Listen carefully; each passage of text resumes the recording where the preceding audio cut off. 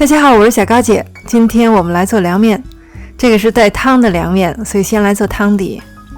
油不是特别热的时候呢，放入花椒和辣椒，小火煸出香味儿。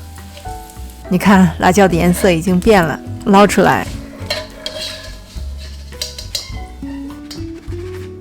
继续放入葱白和蒜末。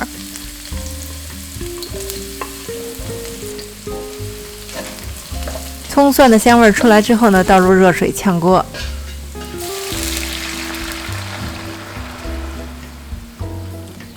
关火调味，生抽、香醋、糖和香油，搅拌均匀后呢，尝一尝味道，再补一点盐，几个家常的调味料就把汤底的味道组合起来了，香、辣、酸、麻、甜，很综合。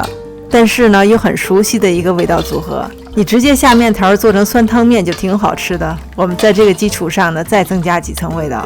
刚才炸香的辣椒和花椒剁碎，你看啊，它已经炸酥了。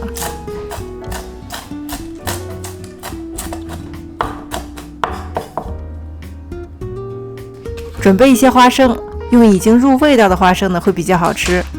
放入一个结实的塑料袋里敲碎。花生酱，用芝麻酱也可以，2大勺花生酱，加一点盐，一点一点加水把它卸开。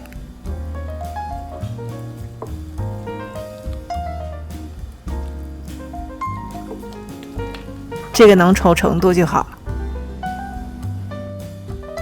准备一些黄瓜丝、葱花和香菜，面条选用这种不粗不细的。开水下锅煮2到3分钟，面条可以夹断了就盛出来。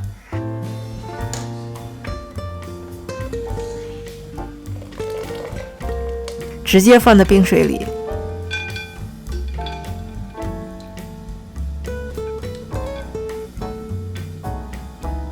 汤底已经放凉了，我们现在开始组合凉面。碗中先盛汤，放入面条，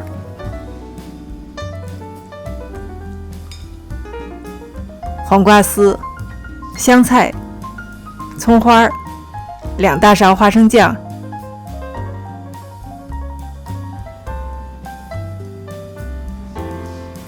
花生碎，再撒上刚才剁碎的辣椒和花椒，淋上一点红油。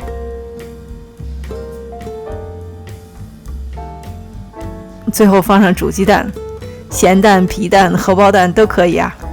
一碗味道丰富，特别是汤味非常浓郁的凉面就做好了。没有用高汤或者是骨头汤，就是用非常简单的食材，一点一点、一层一层把汤的味道搭建起来。特别是剁碎的花椒和辣椒，加重了麻辣的味道，吃起来非常的香。一碗好吃的凉面呢，全是靠汤。谢谢大家收看，我是小高姐，我们下集再见。